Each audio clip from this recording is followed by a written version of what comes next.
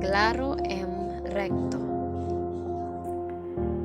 Claro M. Recto was born in Chong, Quezon Province on February 8, 1890 to Don Claro Recto Sr. of Rosario, Batangas and Dunya Micaela Mayo Ablipa. In 1905, he went to Manila to study at the Ateneo de Manila University, where he obtained the most outstanding scholastic grades. He graduated in 1909 with a Bachelor of Arts, maxima cum laude. In 1913, he graduated law from the University of Santo Tomas and took the bar examinations the same year. He obtained his Masters of Laws also in UST. He entered the government service in 1913. When he was appointed secretary to Vicente Estrella Philippine Commission, he was charged with treason for collaboration with the Japanese.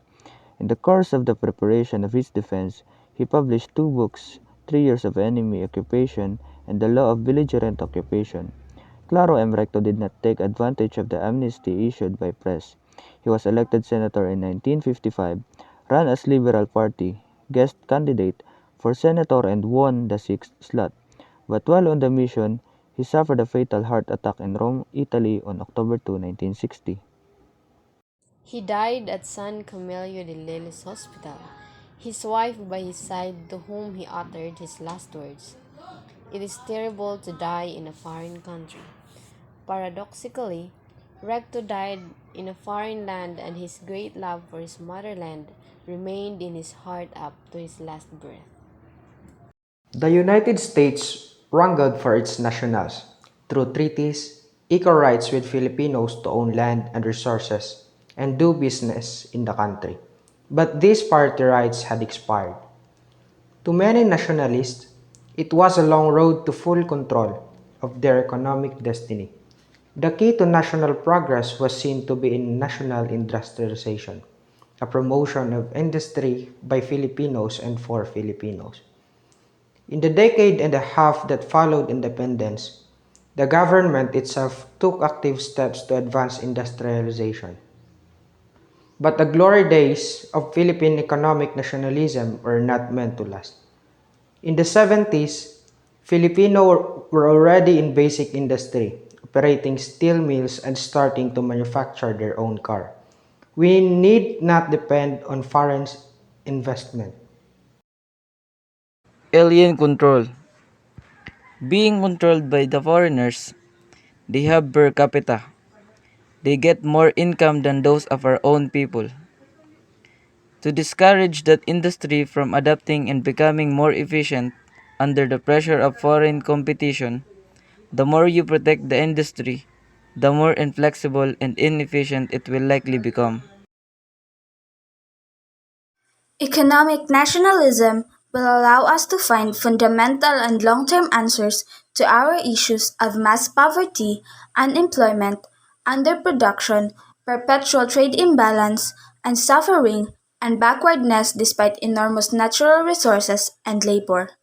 In the economic area, nationalism is the ownership of a country's resources by its own people to ensure that they are used primarily for their own benefit and enjoyment. Economic nationalism is a country's desire, aspiration, and willingness to better its material and cultural conditions using its own abilities, resources, and long-term labor for the benefit of the entire nation.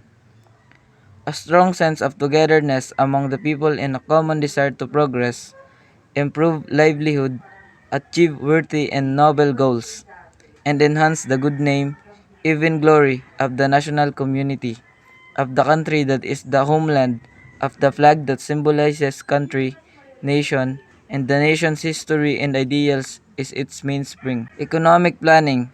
Our economy has stagnated. Our population has increased. Mass poverty and mass unemployment have been the inevitable result.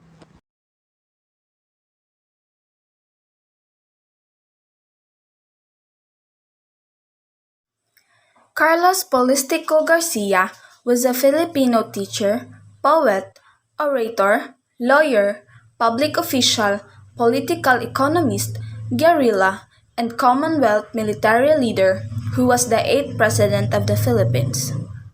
After President Ramon Magsaysay's unexpected death in a plane crash in 1957, Carlos P. Garcia was propelled to power to succeed him. President Garcia was one of the few outliers who resisted the idea of foreigners dominating the Philippines' economic sector. As a result, Garcia suggested the Filipino First policy, an economic policy that would promote and defend Filipino products, interests, and business participation. On January 25, 1960, he delivered his third State of the Nation address, in which he asked Congress to assist him in implementing his policies. It is safeguarding Philippine interest. This policy stands against any foreign dominance, whether by communists, by fellow Asian, or by Western powers. Native Filipinos are the majority controller of and main beneficiary of national wealth. Parity. It opens door to foreign direct investment. Foreign investment constitutes the very motivation for party rights. Further enlargement of party rights will make it more difficult for us to obtain American loans. The weaknesses of this is that it was very risky and can cause a national catastrophe, given that local investors and the government's financial stability was at low level and still weak.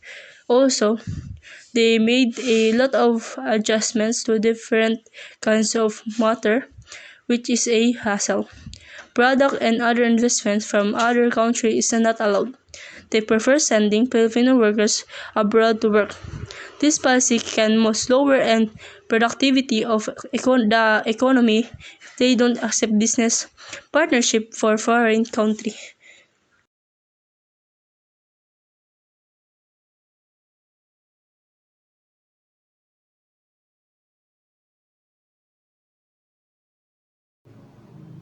In Philippines' first policy, the GNP or the other econometric statistical data for the Philippines as a territory may be great but mostly benefiting foreigners. Filipino First policy is designed to make native Filipinos majority the controller of and main beneficiaries of the national wealth. To regain independence, Filipino-owned businesses are prioritized over its foreign counterparts. The main goal of both policies is not aimed discriminating among aliens, but solely the safeguarding Filipino interests while maintaining friendly relation with other nations.